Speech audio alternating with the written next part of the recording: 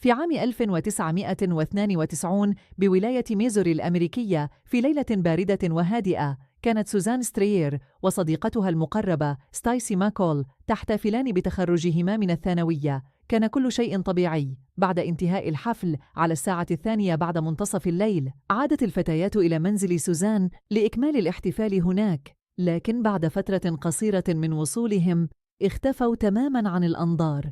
والغريب من هذا اختفاء أم سوزان أيضاً في نفس الليلة. كانت أغراض الأم وابنتها في مكانها، كما أن السيارة كانت بجانب المنزل. وما زاد الأمر غرابة لا وجود لأي علامات عنف أو مشاجرة أو حتى اقتحام للمنزل. كان كل شيء طبيعي. وفي مكانه تأكد المحققين أن الأم كانت نائمة قبل وصول الفتيات. ورغم التحقيق المستمر، لم يستطع المحققين حل خيوط هذه القضية. وإلى حدود الساعة ظل لغز اختفاء الأم وابنتها سوزان ستريير وصديقتها